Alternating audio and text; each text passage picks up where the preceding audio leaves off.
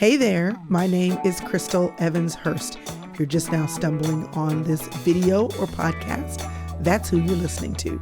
You're either watching me on YouTube, on Facebook, or listening to me on the podcast. Wherever you are, be sure you subscribe, follow, all the things, y'all have heard it a million times. Like, follow, subscribe.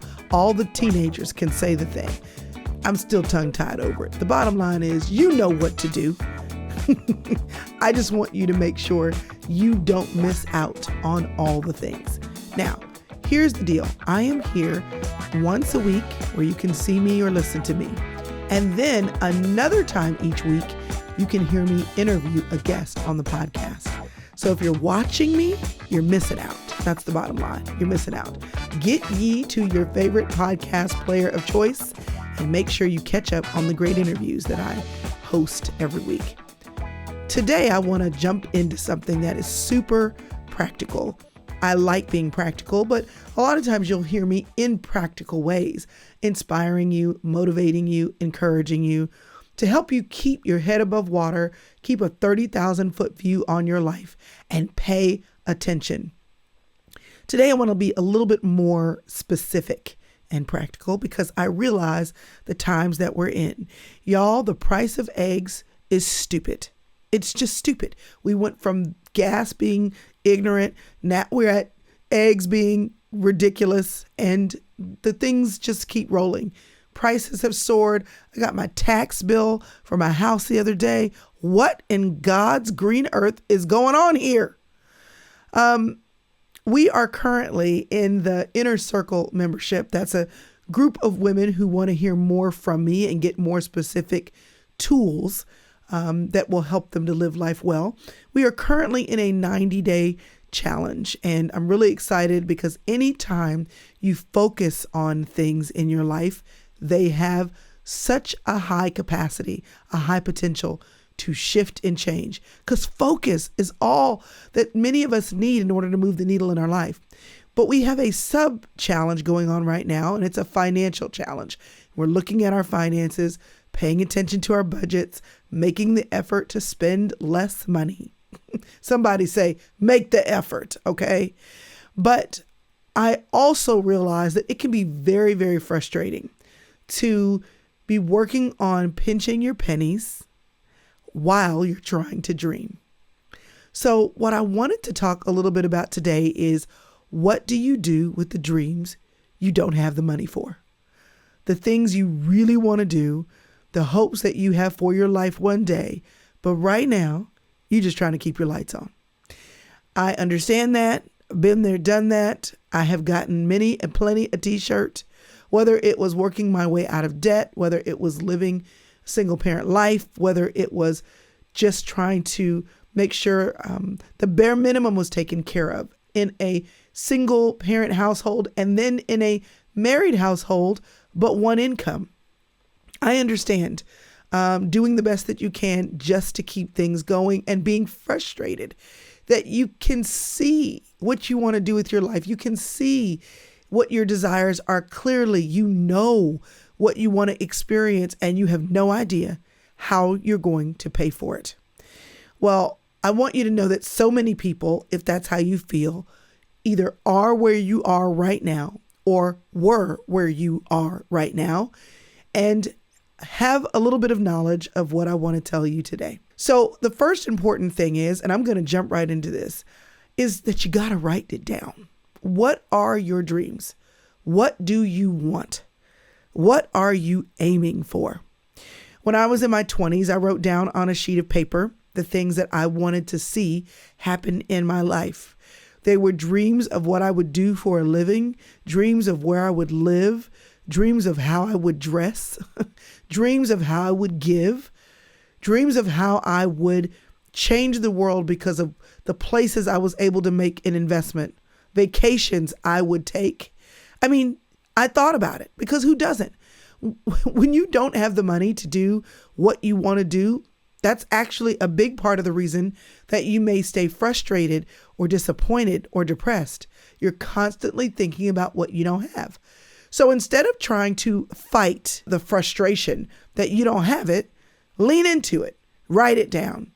Make a point to say, I actually want this. Be honest and document it.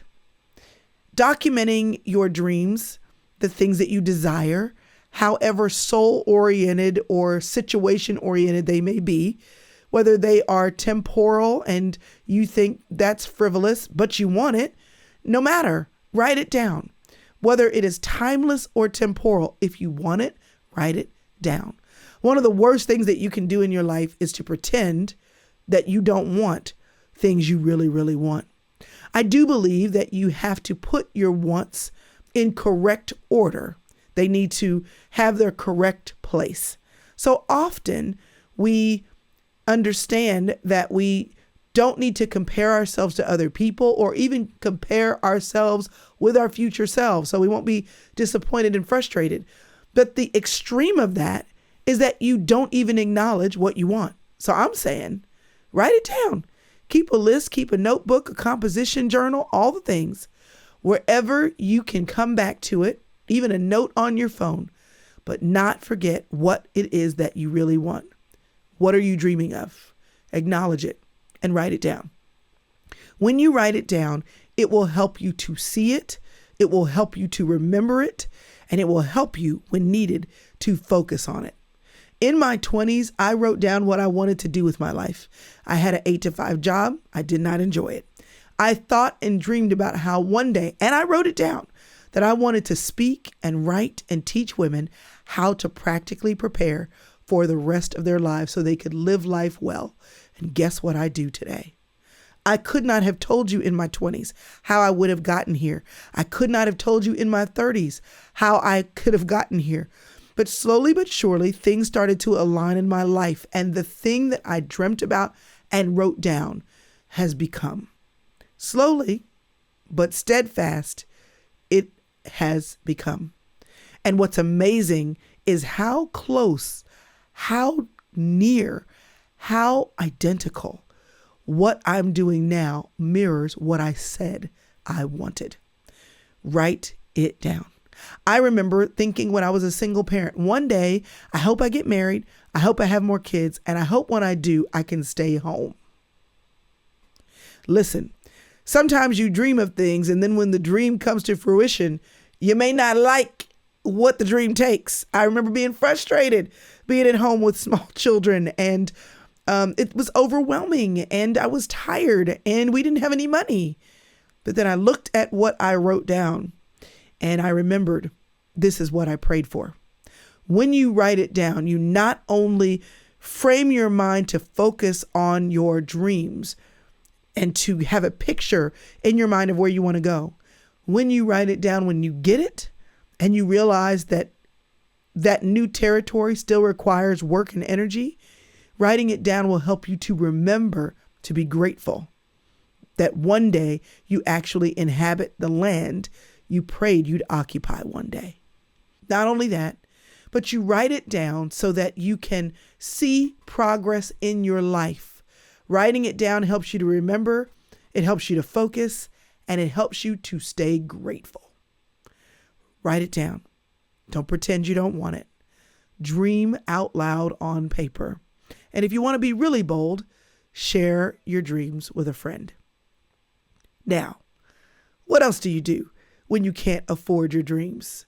You make small deposits, literally and figuratively. I remember when I was, again, broke as all get out, and I was talking to my mom about how frustrated I was that I just didn't have any extra. And she said, yes, you do. You have extra. You always have extra. It may be $1, but it's extra. It may be $5, but it's extra. You may pass the drive-thru on the way home and eat ravioli out of a can, but you have extra. Because extra is about a mentality. It's not about a number. And she reminded me of how when she and my dad started saving, they went to a financial planner because they knew that they needed to do something. And there was a financial planner that went to our church, and whatever the numbers were on the board, on the whiteboard that he gave them that they needed to be saving, they had nowhere near that amount of money. He said, but what I can tell you is life changes. And when life changes, what you want to have is the habit of preparing for your dreams. So they did. They took the little extra that they made. That was a huge sacrifice. And they set it aside. I think the number early on in their marriage was $25 a month. $25 a month when you're in your 30s does not get you to where you need to be in retirement. But they started with what they had. And they literally made a deposit in the direction of their dreams. Their dreams included being prepared for retirement. It included vacations. It included making memories with the children. It included having money to spend at Christmas time and improvements on their home, furniture. But they didn't have it. So they made small deposits in anticipation of it. You have extra. Now, I realize that there may be somebody who's watching this video who truly does not. But the majority of us who are watching, the large majority do. Think about the money that you spend on things that by the end of a 24-hour period, if you've eaten out, it's passed through your system. Think about the things that you're giving away this year because you wore them and then decided you didn't like them anymore. All of the clothes that are hanging in your closet and you wear 20% of those clothes, or maybe it's the bag that you bought that you had to have 3 or 4 years ago, and now you haven't taken it out in a long time. You have extra. What about all the things that you have in your garage, the appliances that you bought that you never used? What about the furniture that you know good and well is overcrowding your living room? You have extra. Often extra is not about what we have in our pocket today. It's hard to see the extra then. Extra, though, is littered all over your home, in your garage, or in your purse with things that you spent money on when you thought you didn't have extra that now sit unused. Instead of spending the money on things that will, in the future, sit unused, why don't you just decide not to buy it and to make a deposit in the direction of your dreams? Does this require you to exercise discipline? 100%, because it is tough to put little money aside for a goal that you think is far, far away. We are constantly fighting against our impulse purchases. And Lord knows if I go to Target, listen, Target is going to tell me what Target thinks I need to have. And then there are all those things right as you go through the checkout line. Fifth Avenue, Madison Avenue is not about you making small deposits towards your dreams. It is all about you spending your dream money right now on things you will not be dreaming about later. $25 a month, $5 a month, $1 saved, a jar in your closet full of coins. Start somewhere. My husband and I, ever since we got married, we had 4 accounts. We have a couple more now, but we had 4. We had one for our household. We paid bills out of it, our mortgage, our electricity, our food. We each had a Mad Money account. We had both been single a long time, and the person who did premarital counseling for us said, you know what? Even if you're giving yourself an allowance out of your household budget, have an account where you can swipe your own card and keep up with your own Mad Money. So if I run through McDonald's and get some fries, my husband may not know anything about that. Listen, but we had a 4th account called our special account. Some people refer to this kind of account as a freedom account. We would add up the amount of things that we dreamed about. We'd put a number on it. And then we would decide what we were working on this year. So let's just say the goal for this year was that in 3 years, we wanted to take a family vacation, and it was going to take us 3 years to save up for the vacation that we'd want to take. We would backwards engineer that amount of money. Let's just say, for the ease of computation, that it is $360. Why $360? Because there are 36 months in 3 years. So that assumes $10 a month. Now, I know that that's low, but the math is easy. So out of our household budget, my husband would get paid, and $10, which did not seem like a lot, or whatever the number was, we would take out of our household account and put it in our special account. And in the special account, it would sit until we had enough to do whatever we needed to do. Now, the special account wasn't just about vacations. It was about getting another car when we needed it. It was about taking our family out to dinner. It was about money for Christmas. It was about paying our automobile insurance twice a year so we could get the little savings from paying it twice a year instead of monthly. Our special account was about special date nights or anniversaries, birthdays. We would make the list, add up the number. All of these things are going to cost us whatever amount a year, and we would break that up and save a little bit every month because we were dreaming in real time about what it would look like to have great family memories, great family experiences, and to be able to celebrate our family along the way.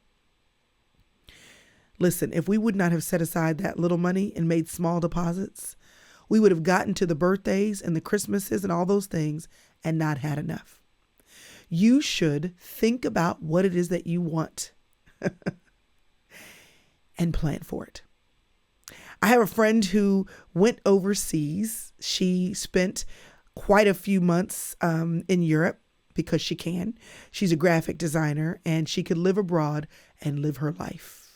And you want to know how she prepared for that? Small deposits.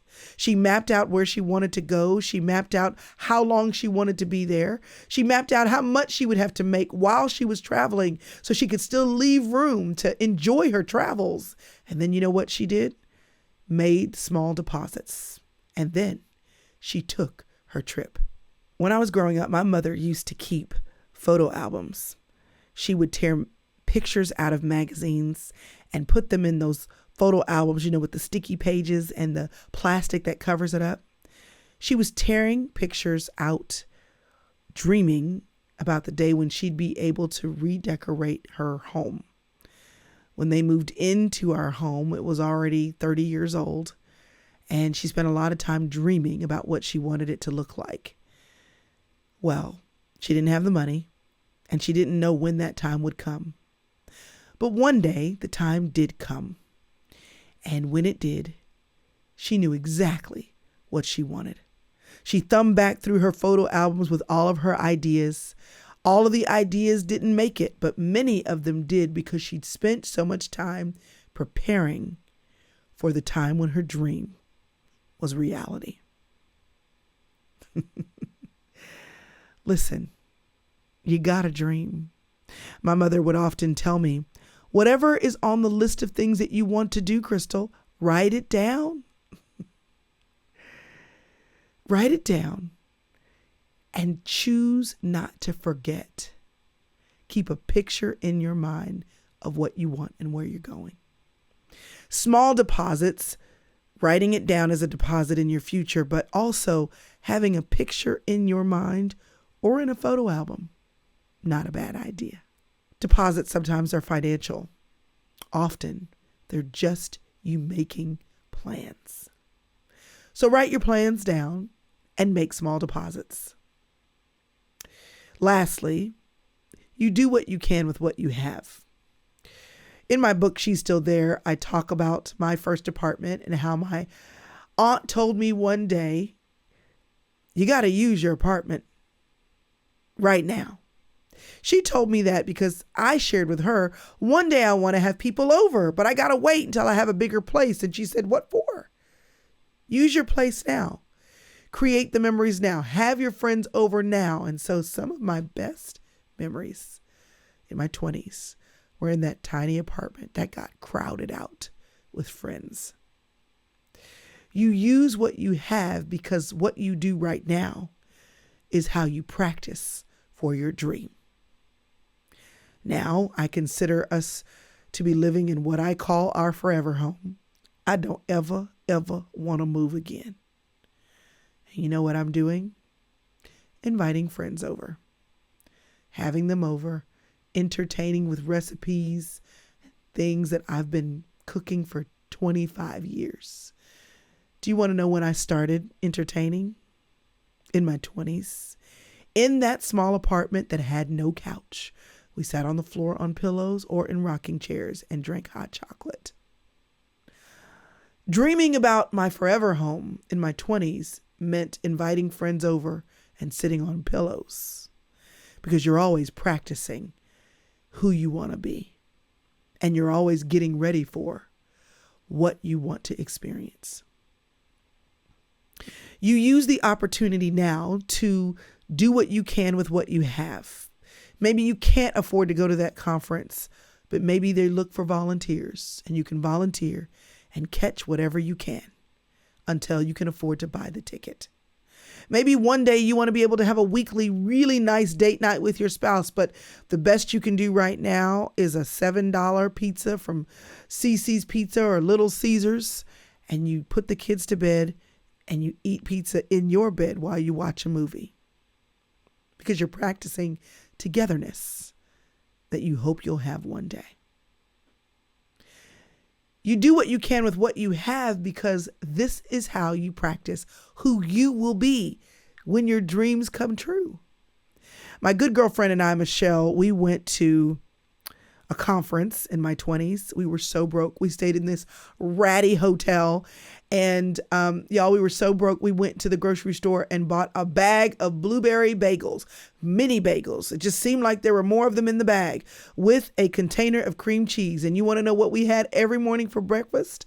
A mini bagel, and we shared a banana. And then we went to the conference. We bought bread and peanut butter and jelly sandwiches, and we stood in line with our brown bags and enjoyed the conference so much. Good memories. Do you know what I do now? I speak at a lot of those conferences. But I have never forgotten what it cost me to come. Do you know how much got poured into my mind and in my heart at those conferences when I ate bagels before I showed up in the line? The investment in who I was becoming going to the conference was an investment in who I am today when I speak at the conference. You do what you can with what you have. If you don't have the knowledge, but you're dreaming about what it will be like one day when you do, you read. You read. You watch YouTube videos, you learn, you grow. Don't have the money to get to the degree? Okay, that's fine. While you're waiting on the money for the degree, study as much as you can. Be a good student of where you're going. I remember when I was single parenting, and I thought, one day I'll be able to spend more time with my kid at the time. But I did the best I could, and I would go to Barnes & Noble sometimes after a long day at work.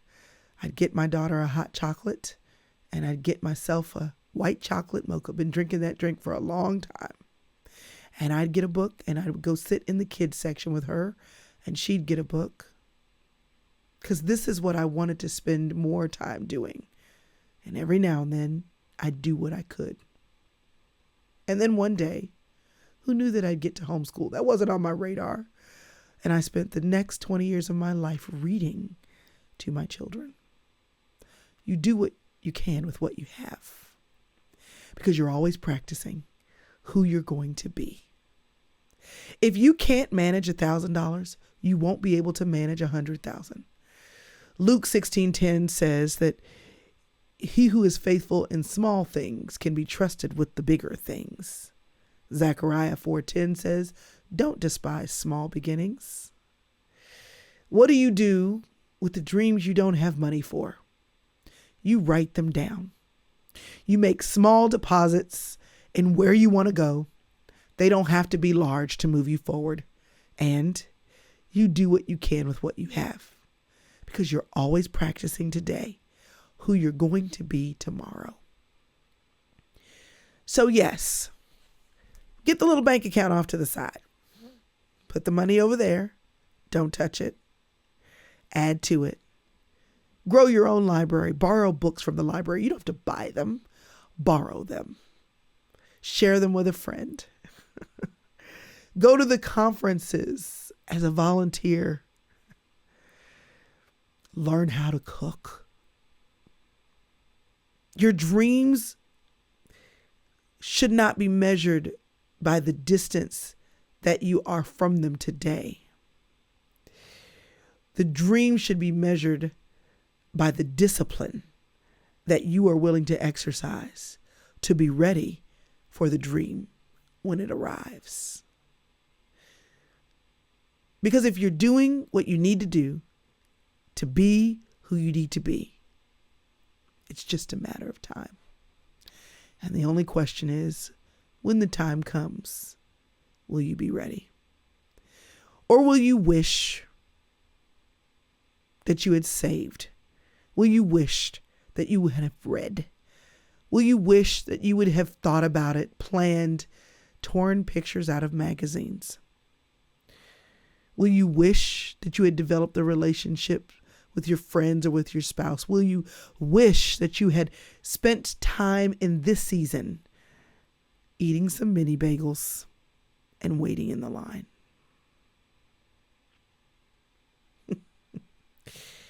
What do you do with the dreams you don't have money for? You get ready for the day when you do. Because if you can get a clear picture of the dream in your head, then everything else is just a part of the journey. Now, y'all, listen. I got a money background now. Don't let me play with y'all. I believe in all the things. I believe, yes, invest your money. I believe in, yes, save for retirement. I believe in being very, very wise, staying out of debt. I believe in doing things yourself, DIY to the max, from scratch if you have the time. Who said those clothes are old? All of that. I'm driving a car right now that's closing in on 200,000 miles. I'm not trying to blow money on a car, but I have these ways, mainly because I spent many years investing in the dreams that I wasn't even sure would come.